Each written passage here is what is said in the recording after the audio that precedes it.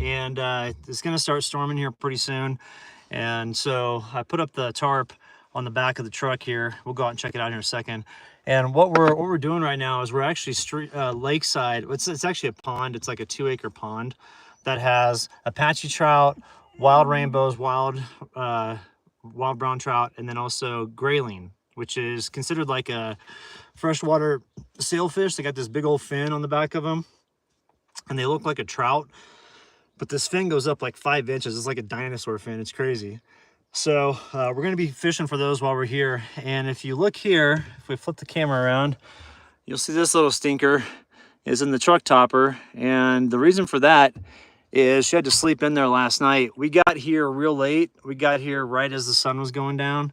And so what I did was I got the truck set up real fast. I didn't get like the topper set up, but got kind of just some stuff deployed to get ready to set up the camper. And then went over to the lake, and she immediately, like, it was really a bad start to the trip. I forgot the boat that I was going to bring out here, and that was kind of frustrating. And then because this lake would be perfect with if I had that boat would be amazing, because you get right to the center, and that's where all the big trout were rising last night and all that stuff. But what happened with Meadow was, hey, you're okay, Pumpkin, just relax, I'll get you in a second.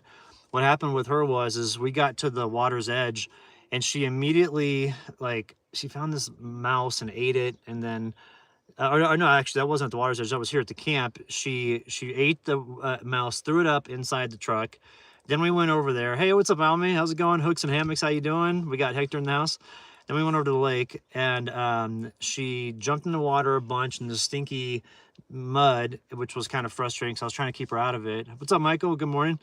And then she found this like rotten fish that was like the worst rotten fish that I've ever seen. It smelled so incredibly bad. And Coop's Off-Road Performance, what's up? And so she got in that. Meadow, get out of there. No. Hey, get out of there. No. Golly, I tell you what, I'm having a hard time with her. I got to be honest. It's been really frustrating with her. She's into everything. She won't listen anymore, and it's just been frustrating. But anyway, so she got into this really, Darren, what's going on, brother? How's it going? Nature Rocks, what's up? She got into this really bad fish, and smelled so bad, and it was nighttime. I mean, it was dark out. She couldn't, like, we couldn't, you know, like, I couldn't dry her off or anything. So I washed her. I used all the fresh water that we had, that I brought out here, washed her, and she still smells bad. So she had to sleep in the truck last night. And then she was up and down all night long and crying and all that stuff. And I'm just like, you know, what it did was it made me miss Sierra like crazy, because I never had this with Sierra. Like, Sierra was just, she was such a great dog right from the get-go. Like, we'd go out and it was just perfect every time. And so that's why, you know, sometimes the videos have been kind of not that consistent as of late, because I just miss Sierra. I'm just so heartsick without her. But, you know, I know Meadow will come around. She's a very affectionate dog, and she does at least listen a little bit. But she gets out here and it's like, you know, all bets are off. Hey, Meadow, chill. Okay, stop. Stop. All bets are off. And it's like, if I don't pay attention to her 24/7, she loses her mind. And so I'm going to have to figure out a way to break that. And yeah, Brian, let's go out here and check this out real quick. So let me put my sandals on real quick, and then we'll go that hiking guy. What's up, brother? Hey, congratulations on getting married, man. I saw your post on Instagram just about, I don't know, 15, 20 minutes ago. So whereabouts in Colorado are you guys? We got another comment too. Just a puppy, but I know it's aggravating. Yeah, it's real aggravating. Well, it's like, you know, honestly, I've been kind of sugarcoating it with her, but she's been very hard to deal with as of late. It's just, she's in that really defiant puppy stage and all that stuff. And so it's really good. It's really just been tough to deal with. So, all right, let's see here. We got Lynn in the house. We got Zoe, how you doing? We got Darren, what's up? Darren and Susan, how you doing? Hope everything's going good. My back's getting a little bit better. It's not 100%, but it's good enough for me to get out here. It's like the middle part of my back on the left-hand side is just completely jacked. And when I was at the hot tub at the place 2 nights ago, I was doing like these things and trying to twist back and forth, and I finally got something to adjust. And it got to the point to where it felt a lot better, like I had a lot more mobility, because I was having problems, like when I breathe it would hurt. It was that painful, and so it was crazy. So, but it's feeling better now, and I think you know, we're on the mend at least a little bit. So, all right, what's up, Nick? How you doing, brother? Happy Sunday to you too. All right, we're gonna go outside here. I want to show you guys where we're at. We're at this cool little lake. There's no one here. It's real nice.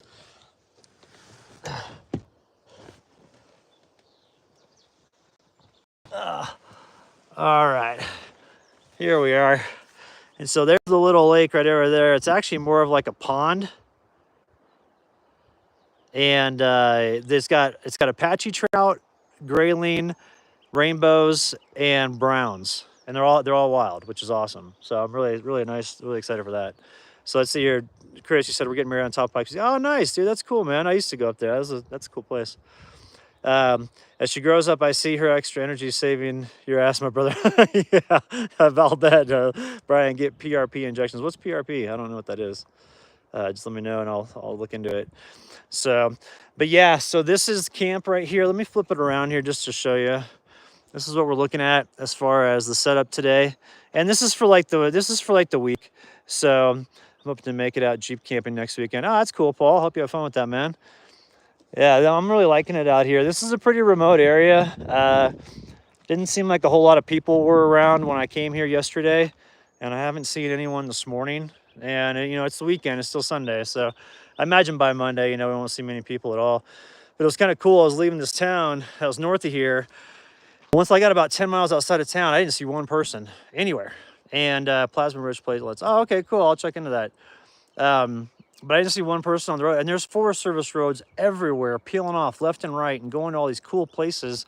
And I could see these insane views like off in the distance and stuff like that. So I'm sure some of the sites lead to those locations. And I just really think this area is incredible. So I'm going to spend some time out here. And we are going to be going back and forth to the property every once in a while. But there are so many places to fish over here in northern Arizona and also northern New Mexico that I want to check out. And the perk test for our septic, it's 6 months out. And so there's a 6 month lag time with that, just because everybody's real busy and there's not enough people out there doing it and all that stuff. So I figure, well, I got 6 months to burn. I might as well hit the road, you know, with Meadow. We can go knock out a bunch of new terrain. And driving in here last night, you can kind of see how those trees, you see how they're dead standing trees and they've been knocked over. There was a forest fire that came through here a while back. And what's nice about that is it's knocked down some of these trees to where you've got killer views in the background here. Like when I was driving in, I got tons of footage of it, so I'll include it in the next video. But like really great views looking out, because you can see through the trees, because that's the one thing about the ponderosas is they're so thick and you can't really see through them. For example, you look this way, you're not seeing very far into the forest, you know? But if a lot of those are knocked out and you can see these big old meadows and stuff like that and big cliffs off in the distance, it's really cool. So I got a lot of footage of that coming in.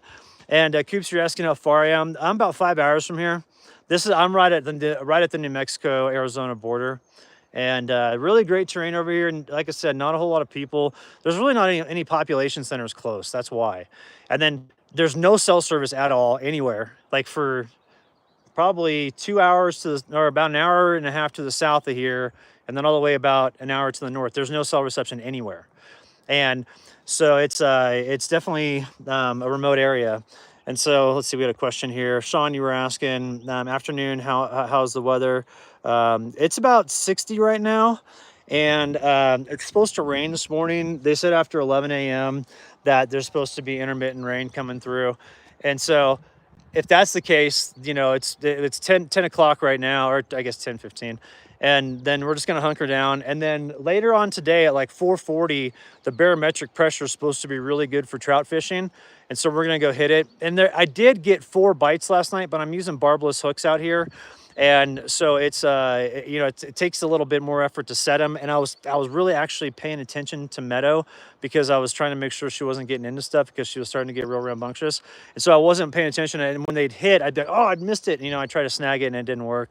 But I'll get them. And I do know that the center of that pond, I mean, that has the best fishing. And I'm kicking myself that I didn't bring my boat. I literally came out here to test that boat out, and I forgot it at my place. Like a total dumbass, pardon my French. But I'm just so frustrated with myself that I did that. And I'm really, I'm almost tempted to drive back to my place and get Meadow like a full-on proper bathing and all that stuff, because she still smells even after I gave her that one bath. but get her like a full-on proper bathing and all that stuff, and grab that boat and just come on out and then just stay out for like 6 months. And then we'll do periodic trips back to the property, you know, just to check on things, make sure everything's good. But overall, we're going to be on the road probably until like November. And then December, head back to the place. You know, we'll get the perk test done and all that stuff. See how the winter looks, and probably head out and winter camp in the tent, because I'm going to get the Bighorn 3 tent again, and we're going to kick it like we used to. Because I just love that I just love that tent. You know, it's so easy to film in, and it's got great overall headroom and all that stuff. This is the creepiest thing. I want to show you guys something real quick. So you got all these trees right here, and there's a bunch of dead standing trees, and the wind comes through them, and it whistles, and it almost sounds like witches talking. It sounds like somebody murmuring real low in the background. It's the creepiest thing. It was happening yesterday too when I got here, and I'm like, are there people around here? And then I realized what it was is the wind coming through the trees there, and it's making like a whistling sound. But anyway, so I'm excited for this summer. I think we're just going to hit a bunch of fishing spots and a bunch of new spots that I haven't really, you know, hit. So, hey, what's up, Hank? At Case says, I tell him, I said, what's up? Hope you're having a good weekend, man. That house is looking awesome that you're building out there, man. You've made a lot of progress on that. So, but we're going to hit a bunch of new fishing spots. So surprisingly, there's actually a ton around here that not a lot of people, you know, get into. And so we can get into some really good fishing. And also on the Apache reservation too, there's amazing stuff up there. A lot of it you have to pay for. You pay permits to go to these special spots. But that's because they allow limited access. And so therefore the fish get big, because it's not like crushed with pressure. You know what I mean? Like that. So I'm pretty excited. And yeah, Paul, thanks, man. I'm starting to travel too. So we got Jay in the house. You finally caught alive. Good, awesome, man. Thanks for being here, Sean. Let's see, you used to live in Aztecs in Farmington. You ever go around there? And I'm like, yeah, there's actually really good fishing around there. Sean, I actually went out there, I think it was 2017, and went back, and some of my friends used to live out there, and we went and checked out some amazing Native American sites with some cool petroglyphs, and then some areas where there was like full-on pottery still stuck in the ground, which was amazing. So yeah, Coops, get the ATV in the boat. That's kind of what I should do. So I think that what I'll do is I'll spend the week here fishing. And hey, what's up, Alan? How's it going, brother? I think I'll spend a week here fishing and just see what I can do. Because the thing is that this is a stream that comes through here. So this creek comes through here, and it keeps on going. And this is just a little spot where, you know, it's like a 2-acre pond. It's not very big. It's only about 10 feet deep, but it goes on from here, and then it intersects with another creek that's over there, and then they eventually all dump into the Black River. But the fishing is really good at that confluence where those two creeks come together, and that's just around the corner here. We can just hike over there. So I think that's probably, we'll do that tomorrow, because after this storm passes today, it's just supposed to be overcast all day long, and just kind of, you know, windy and rain kind of spitting here and there after 11 a.m. So tomorrow it's supposed to be sunny all day and like 73, and we're going to go hit that creek area probably in the afternoon. We may do a morning session and then an afternoon session. So, but it's definitely cool out here. It's catching these Apache trout is going to be amazing. I'll actually, you know, be able to catch some bigger ones. That one I caught the other day on the West Fork of the Black River was, it was like one of the smallest trout I ever caught in my life. But it's all good. So let's go ahead and get Meadow out. We'll see how she's doing. If she starts to get rambunctious, then I'll throw her back into the truck. But I think I want to get her out. I mean, I feel bad. It was I knew she was like pouting last night when she had to be in the truck, but like literally I had to take all my clothes and everything out of my truck so it wouldn't smell like the most putrid dead fish smell you've ever smelled in your life. And she slept in there, and then this morning we got up. She started getting up about 2 a.m. Woke me up a bunch too, so I've kind of been up since, even though I was trying to get sleep. All right, girl, you want to come on out? Come on, come on down. Boy, doesn't that coat look so nice with that fresh bathing I gave you? Come on down. You got it. There you go, good girl. Let's see here. You can explore way fast with the ATV. Yeah, that's what I'm hoping, Coops. Well, that's what I want to do, because I can come out here and really hit a lot of different areas.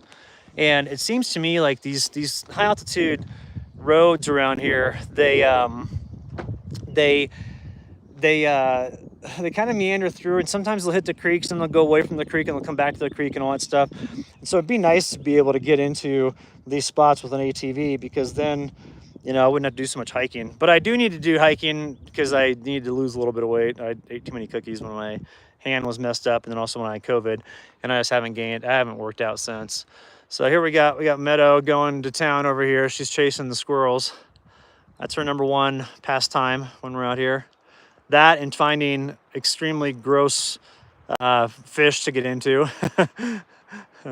Let's see here. See, Tim, you said, do you see yourself in Meadow State Maurice?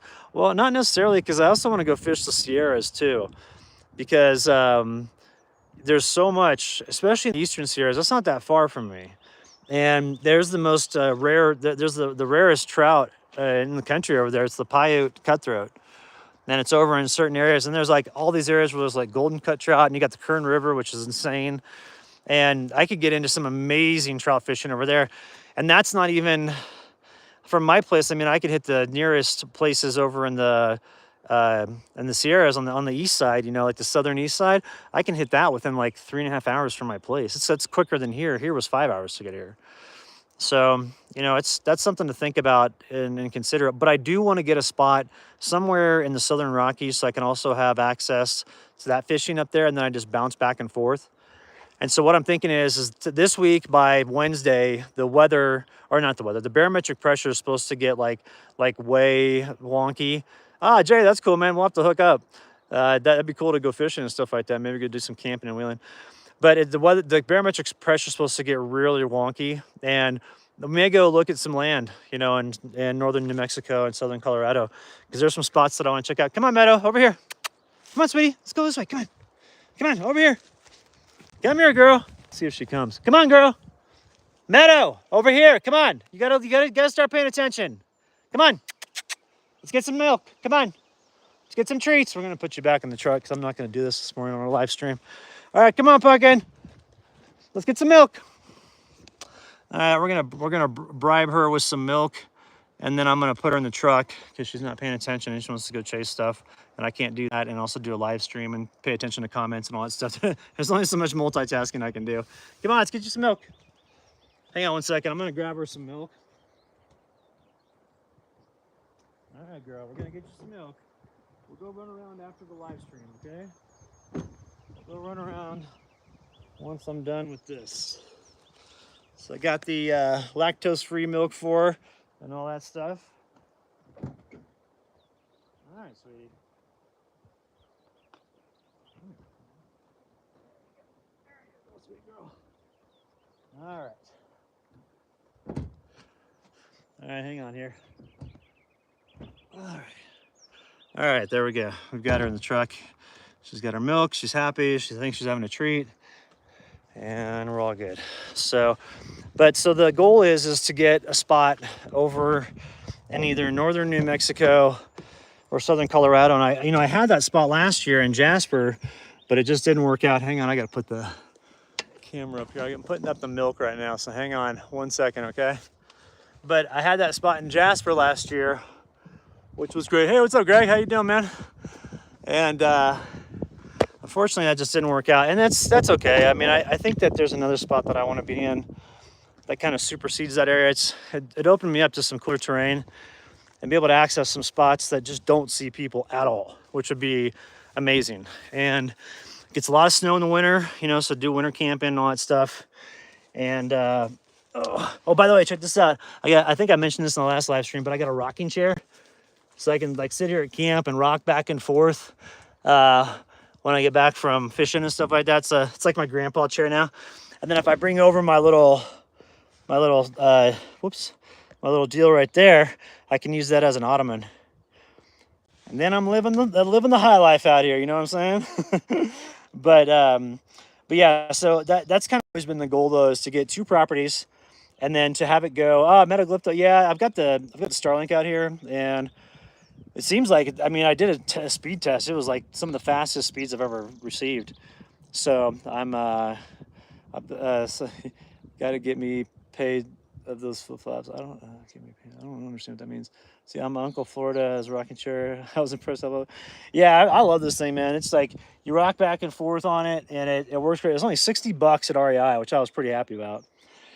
But the goal has always been to get to get 2 properties and then go back and forth, you know, and then so I could spend, you know, and I wanted it to where one was in higher elevation. Where I'm looking at is like, it's like anywhere from 8,000 to 8,500 feet in elevation. So the winters, the summers are much cooler. It's also legit alpine. It's ponderosa forest. So it's not like my place where it's pinyon pine and juniper. But then the winters up there can be pretty brutal. And so, if it ever got too bad and I just wanted to have like an easy winter, I can go back to Arizona. But I love my place in Arizona for the solitude is really hard to beat. That's the one thing about the place that I have is like, I go to areas, and you can hear the people, and at my place you just don't hear anybody, and it's just amazing. So someone was talking about the Bigfoot encounters. Oh, I see, Sean. So you're asking, do I ever have any crazy encounters on your live or any good stories? I haven't had any encounters with animals on the live, and I've never had like elk or deer or anything like that come around, or bears or anything like that. I did have 6 bears come into camp one day in Crested Butte. It was in Poverty Gulch, and it was back before that area started to get a lot of camping in it. And hang on, Meadows jumping around. Oh, okay, she's fine. And hang on, I'm just gonna make sure she's good. So what happened was it was 3 bears independent of each other, like just singular, and then 3 at a time came through. Oh, and like a little pack thing. Let me see. What are you doing? Hey, just stay in here. Just stay here. Just stay here. Okay, just stay. Golly, you smell bad, man. You smell like really rotten fish there, Meadow. That was really gross. But there's only one that stopped, only one bear that stopped, and it like was sitting there, and it was like, so say my truck was here, it's probably about like where the Starling thing was, and I was standing next to my truck, and I had Sierra inside the truck, and she was barking like crazy. And that bear was just standing there looking at me with just like that dumb bear look on their face, like whoo, whoo, and like breathing real heavy and doing the grunting and all that stuff. But it never came close, and I had my pistol right, like on me, ready to go. The safety was off and all that stuff, because I could just let out one, and the noise is enough to scare the black bears off. I also had bear spray on me, and I was standing next to where if I needed to hop in my truck real quick, I could. But unfortunately, it was all set up. I mean, like the camp was all set up. So if I had to take off, it would have kind of messed up some gear. But we could have if we needed to. There was one bear though in the group of 3 bears that came by camp. They came up on this ridge above it, and they were looking down at us. I swear one of them was a grizzly. It looked like a grizzly. It was the craziest. I was like, holy cow! It was like twice the size of the other black bears, which were massive. And it had the completely different walk. It had the shoulder walk as opposed to the big butt walk, because the black bears had they got kind of a big butt, a big butt hindsight on them. So when they walk, they kind of waddle. And the grizzlies walk different. They walk with more of like a sloped back like this, not a back that goes like this. It's more of a sloped back because they got these huge shoulders and these big old front legs and paws and stuff like that. And so I think that, I called my friends. I was like, dude, are there grizzlies in Crested Butte? And they're like, well, the sheriff says that there is. Sheriff says he was out on a hunt a couple years ago and he saw one. And I was like, I think one just walked by camp, but it was with black bears, which was crazy. I was walking in a pack of them. It was like 3. So that was strange. And they say there's not black bears in Colorado, or not grizzlies in Colorado, but you don't really know. I mean, they could be. There's millions of acres of forest, so they could be hiding out back in there. Another time at camp, this was up on Marshall Pass in Colorado. I was up there doing some Forest Service work. I used to volunteer for the Forest Service and go pick up trash all the time. And I'll probably start doing that again here in Arizona, and just out on trails, just picking up trash. But I was up on the top of Marshall Pass, and there's a Forest Service lookout, or not Forest Service lookout, Forest Service cabin up there, which they rent to people. But at the time when I was doing all the trash stuff out there, that area wasn't getting hit very much. Like, not a lot of people went up there, so it was never rented out. And therefore they told me, hey, if you're up there and you need a place to crash, like if you're up doing your trash pickups and it gets late in the day, you can just crash there. There's firewood inside and all that stuff. And so I got up there and got Sierra out of the truck, and we got set up in the cabin. And I was like, oh, I need some water.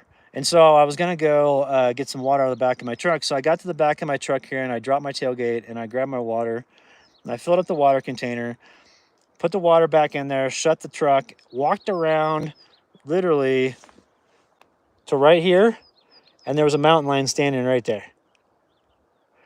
So, and it was huge. It was like built like Hulk Hogan.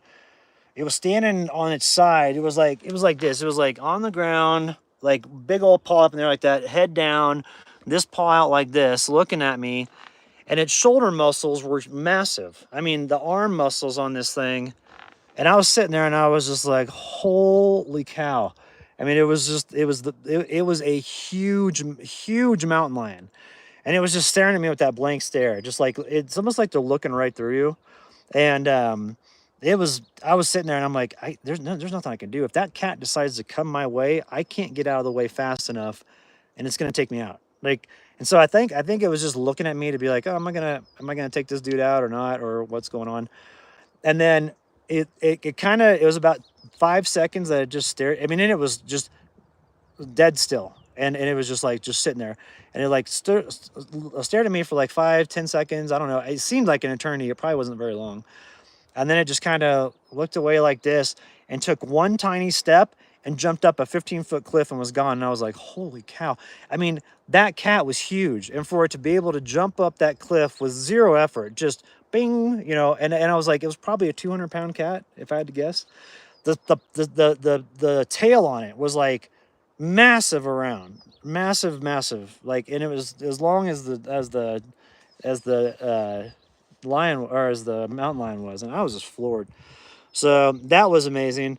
And then I did have that really weird experience on that old defunct section of the Continental Divide Trail up near Hancock Lakes in Colorado. Hey, what's up, Corey? I just got in from truck camping. That's cool. Um, and so what happened was is I was having some problems with some kids from town that were vandalizing my truck because I was busting their backcountry parties when I go out there and pick up trash. And what I would do is I wouldn't post who they were, but I'd just post like, hey, another backcountry party, but here's the site before, and then here's the site after I got done cleaning it up. And then I go take everything to the dump and stuff like that. And I did that every week. And so they started vandalizing my truck. One time they stole my fly fishing gear. Another time they put dog doo-doo in my vents, which is, there's a way you can do that on the Tacoma if you know how to get underneath the little plastic thing that goes over the windshield. You can pull it back and get into the venting system.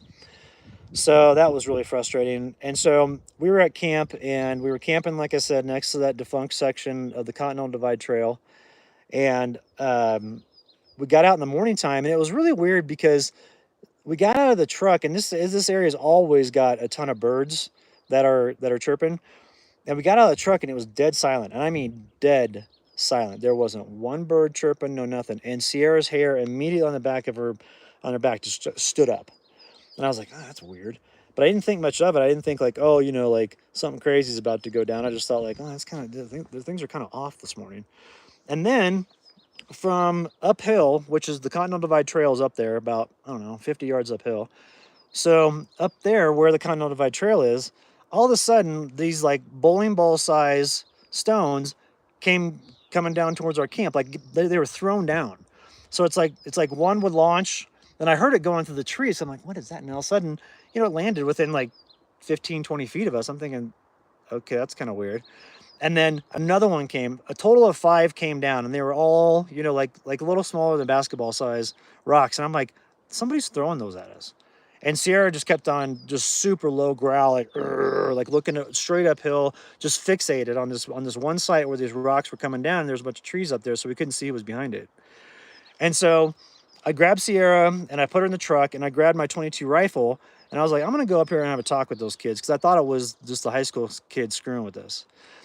And so I walked up there, and I was saying, like the whole time I'm walking up, I'm like, hey guys, I was like, can you stop messing with me? I said, I'm not calling you out on nothing. I'm not identifying you as the ones that are dumping all the trash in the backcountry, but I'm just cleaning up, and I appreciate if you, you know, quit fucking with my or quit messing with my truck, because I was pissed.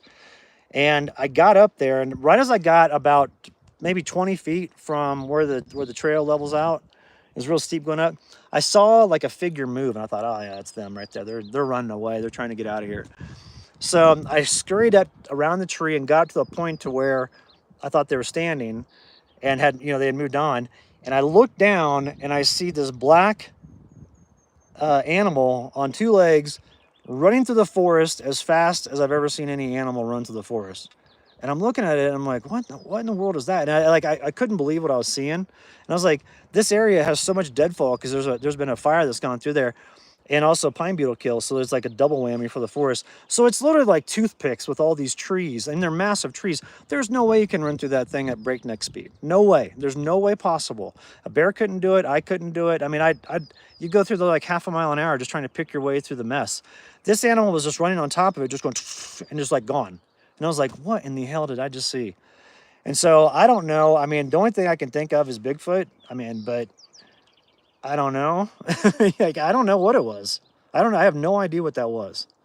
And at first I thought, well, maybe it's a black bear running super fast. You know, hey, what's up down the mob? We got Phil in the house. What's going on, brother?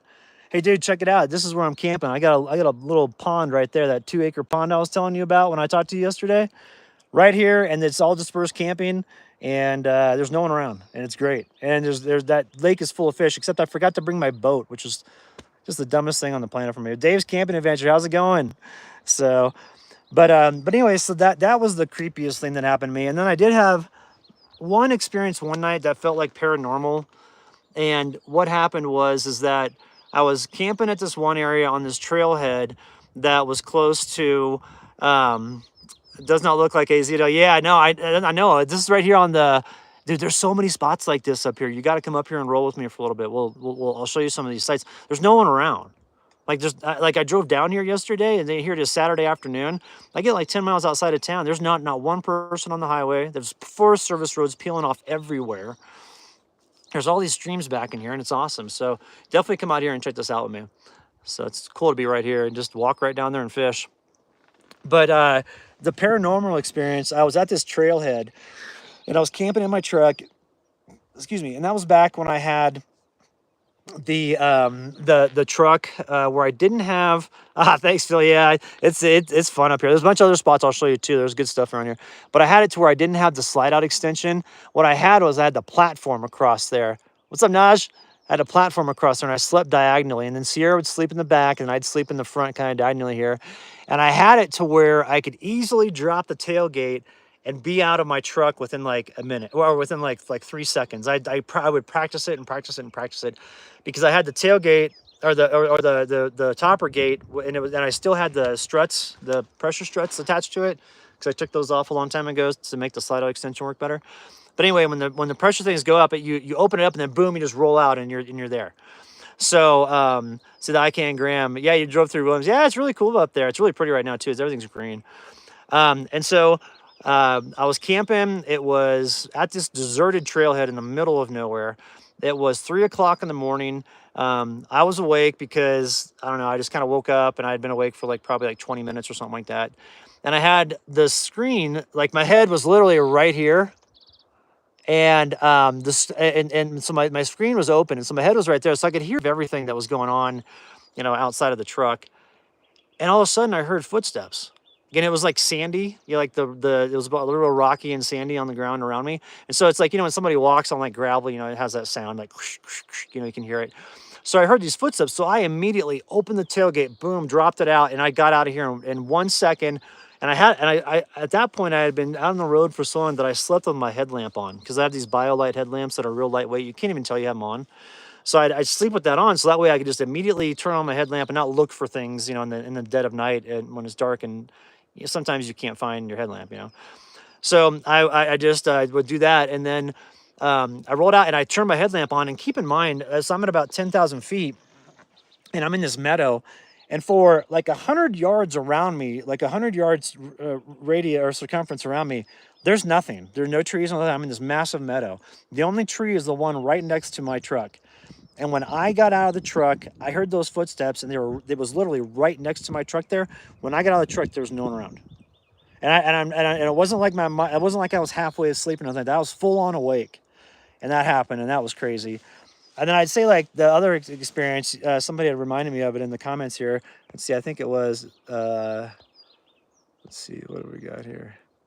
Oh, Tim, you're talking about, yeah.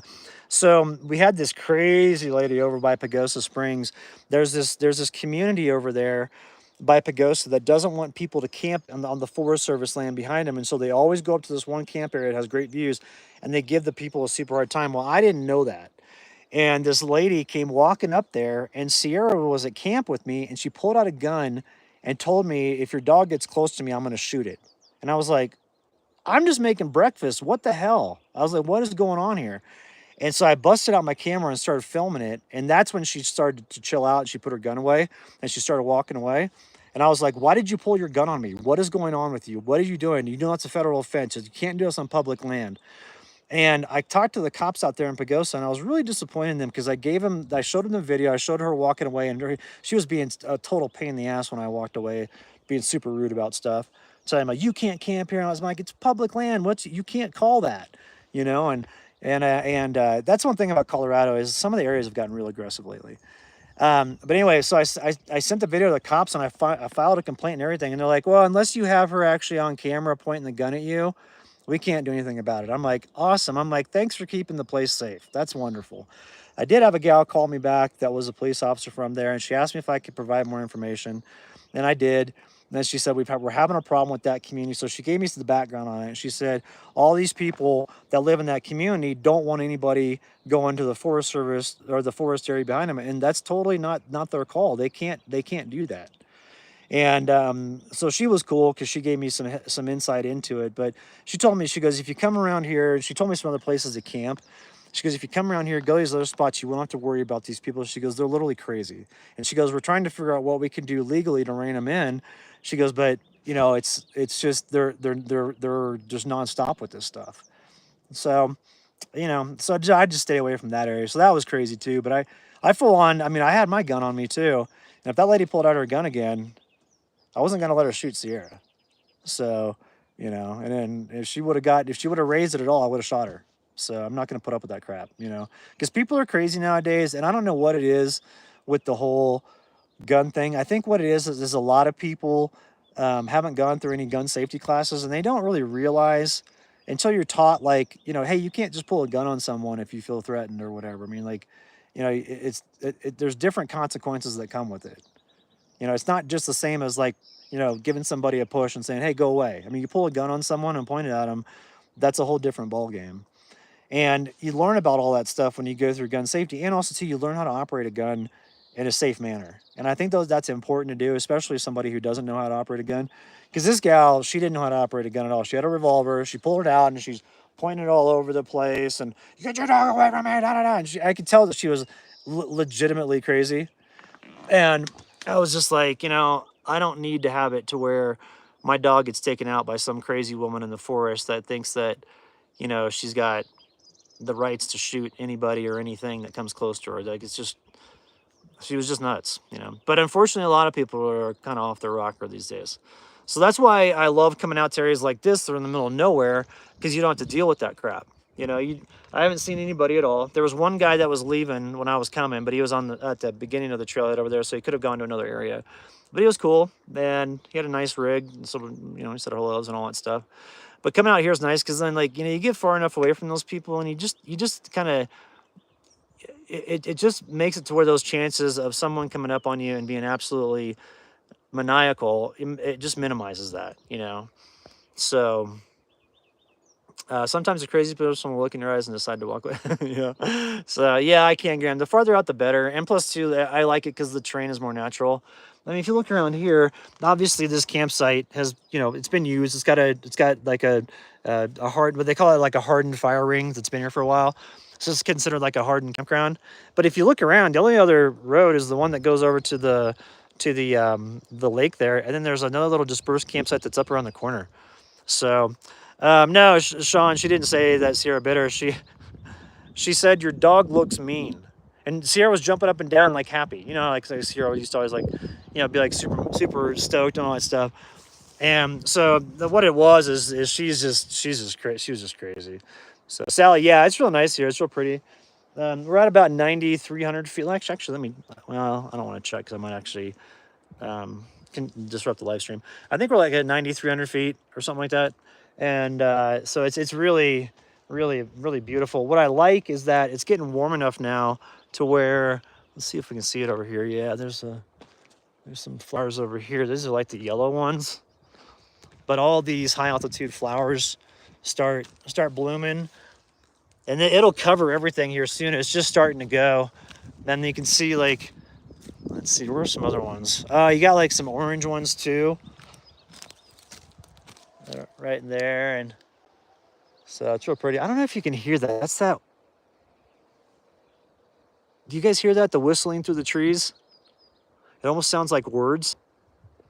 That's what got me last night when the wind hit. I was like, is there someone around here? I was all had my headlamp on like 11 p.m. walking around, and thinking that I was gonna have some visitors at camp like at night. So see, JH, I don't think of such beauty scenery when I think of AZ. Yeah, that's the cool thing about northern Arizona, especially the White Mountains. There's so much terrain that looks like this.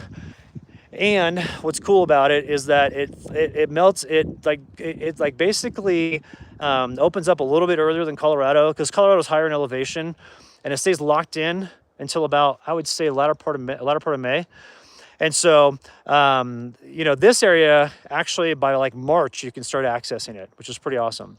Now it will be a little bit muddy in some areas and all this thing, but it still is great, because that's when you get the ice off at these lakes. Awesome, the fish are really, really, really active. Let's see. Tim, you're asking, does elevation ever get to you at this point? No, I've never had any issues with elevation. Even when I used to climb 14ers, which I never was into that. I felt like that was just kind of like a check mark thing, like bucket list item. I did the 14er, and I never really got a kick out of that. But I used to do them, and I did like 7 of them. And the only thing is one day I was dehydrated, and I did have a little bit of blurriness in my left eye when I got to like 14,000 feet at the peak. But once I got down to like 12,000, it was fine. If I stay between like 10 and 12,000 feet all summer, I'm good. It doesn't bother me at all. And I do like that too, because then when I get to lower elevations in like the fall time, when I get done fly fishing and all that stuff, I have like really big lungs, and I can really just like crush it. So thanks, Danya. Yeah, hopefully we'll get to 260 soon. It seems like things are picking up again, which is cool. So let's see, Naj. No, I'm in northern Arizona. So I'm over by the New Mexico border, and we're good to go. So yeah, Coops, unfortunately I don't have anything to wash Meadow with. I wish I had some tomato paste, because that's what I'd wash her with. I was doing some, I had some good Myers soap that I was doing yesterday. And I mean, I got like the majority of the smell out, but it's still that baseline rotten fish smell that's just disgusting. And that's what I want to try to get rid of with her. So she's in the truck right now, because she's been kind of running around this morning like a crazy woman. But I'm gonna get her out soon, and we are gonna go kind of go over here. We're not gonna, we'll take our fishing gear, but we're probably just gonna leave it in our pack, and then go down here in the river canyon, and then the other river canyon's over there, and you can just go right down in there, and we'll be good to go. So okay, Sally, Kid and Kind. Okay, I'll check that out. So hey, what's up, Gene? How are you doing? Let's see, Brian and Meadow watching from Asheville. It's cool. Northern Arizona. Yeah, no, I love it out here. It's really pretty. And it's also, there's not as many people, as other areas. You would think that with, just this terrain like this, that there'd be a lot of people up here. But I think what it is since it's so far off the beaten path, and there's literally zero cell reception out here. There's no cell reception for like a 2-hour drive out here. And I think that people just like would rather stay in areas where they're a bit more connected, and also a little bit closer to where they're at. Because, the nearest town to here that's of any size, I mean, Albuquerque's like 4 hours, 5 hours away. Flagstaff is like 4. I mean, it's right on the border of Arizona and New Mexico. So yeah, Tim, it makes me Superman. But so it's right on the border of Arizona and New Mexico. So there's nothing out here, and I think that's one of the reasons why this area stays quaint. Like this little mountain town that is north of here, where I rolled through and got some supplies before. Just kind of get the final bit of supplies before we got here last night. That hasn't changed. I mean, Sierra and I started coming here in 2017, and I was like, man, this area, it hasn't blown up. And it's beautiful, and it's gorgeous around here. Tons of really cool places to check out. So, no, Deb, it's not Lake Mary. This is quite good, pretty far east of there. So, let's see, Mike, how am I doing alive then? Well, I've got satellite, so I've got Starlink right there. And that's how it's like, the quality is so much better than it used to be in the past. When I had the cellular router and I used that AT&T data card from Central America, which works on the North American network, and so I'd have unlimited cellular. It was good because I get unlimited data for real, but it's just the quality, the picture quality, if y'all remember, was just really poor. And the only time it would really work well is if I was near a town and I could get like really solid LTE connection. So the Starlink works great because you just come here, plug that in, get your internet. And then what's nice about it is in an area like this where you don't have cell reception, if you really want to have peace and quiet and immerse yourself in nature, then all you do is just turn off your Starlink and you don't have any connectivity and no one can bother you, which is great. I actually prefer that. That's what I like to do when I had that cellular router. For a long time I didn't have a cell phone. Like, I had a cell phone, but it wasn't hooked up. I just had that cellular router, and then I'd run calls through the cellular router. So I could take it and turn it off, and then I really was out of touch and in the now. And I did that because I wanted to focus on my time with Sierra, and I also just wanted to like not have the distractions of technology. Because I did realize when I was at camp and I had a cell phone. I remember one time I was at camp and we pulled up to this awesome place to fish, and I was with Sierra, and she jumps out of the truck and she knew where we were at. She's jumping around like crazy, ready to go. And I checked something on my phone because I had a notification. 30 minutes later, I'm still looking at my phone and she's looking at me like, what the hell? Like, let's get going. And I thought, you know what? This isn't doing me any favors out here. And I don't talk to people that much on the phone anyway. I could still do everything through text and through internet calls if I have just the simple, AT&T Central American data card service. I was like, I'm canceling my cell phone. So I did. And I did that for 4 years, and it was awesome. And it was so nice to like not have any distractions, especially when I was driving. And I'd be in cell service, but I wouldn't have my router on, so I didn't have any connectivity. And I was just driving, and I'd make like mixtapes like I used to do back in the day for road trips and all that stuff. And it was great. I just had so much fun. So that's what I like about coming to areas like this that don't have cell service. Is like you can dictate when you're online, and then when you're not online and you're out here, it's like the best feeling of relaxation that you can have, because you just kind of, it's like just you can exhale. That's one thing about technology and cell phones. Like, being available all the time can be kind of annoying. I think we all can agree with that. You know, like, there's sometimes when you get text messages, you're like, dude, I don't want to look at my phone right now. You know, and when I come out here and I'll have these long stretches, like after we get done with the live stream here, I'm turning off my internet for the rest of the day. And we're just going to hang out. I'm going to hang with Meadow and work with her at camp and all that stuff, and probably work with her on leash a little bit, do a little bit of leash training, and then see if I can get her corralled and kind of the puppy energy under control. And then, roll into the afternoon, probably edit a video, hang out this evening, make a great dinner. We're going to do a fly fishing session about 4. And we're gonna go to, yeah, Greg, totally. Cell phone equals electronic leash. And if you wanna free up your time, cancel your cell phone. You'll realize just how much free time you have. Like, I had hours of free time once I canceled my cell phone. And I was like, man, I got all this time back. And that's when I was actually starting to use or starting to put out a lot more content, because I wasn't on my phone all the time. So let's see, Sean, do I use different flies and colors for different areas? Yeah, but I have some go-to flies which are incredible, like flying black ants. Those things work everywhere, like everywhere, because there's ants all over the country, all over the world. So those flying black ants seem to work. Last night I was getting them to hit on that, and so that's what we're going to throw later this afternoon. And San Juan worms work really well. Those always work great, no matter where you're at. The typical caddis, the elk hair caddis, works great.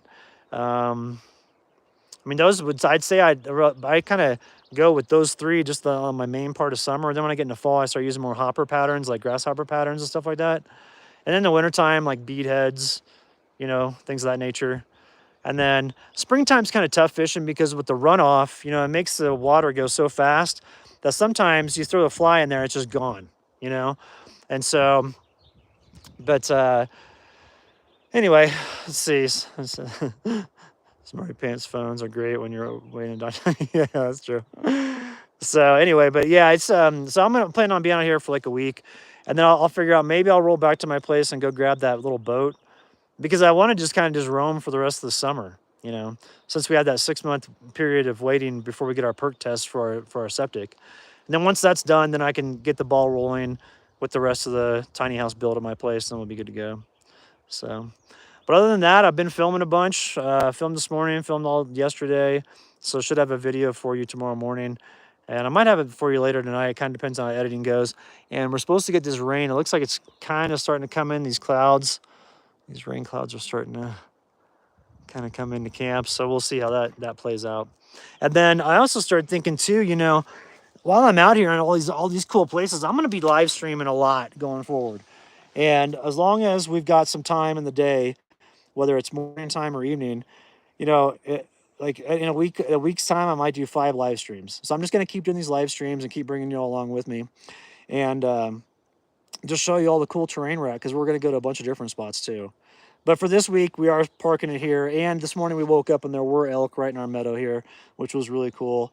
So hopefully we can get those on film and I can show you them. But for now, we're going to go ahead and log off and get the rest of the morning started. I haven't really done breakfast yet. Excuse me. I did coffee and a muffin this morning. So I'm going to do like a late breakfast / early lunch. And then we're going to go fish a little and then go do some hiking. And then this afternoon, we're really going to get a big fishing session on, going around 4:30. We'll probably do like 4 to like 5:30 or 6 and then come back and get our evening going. So, all right, everybody, have a good day. Thank you for tuning in, and we'll see you on the next live. We might do another live stream tomorrow because it's supposed to be sunny. So I kind of like to show off this area when it's sunny. And then also the birds out here, both morning and night, are incredible. So maybe tomorrow night we could do something to where we, hang out, cook some dinner, and just kind of chat. So, all right, everybody, have a good Sunday. Catch you on the next one, and enjoy the rest of your day. All right.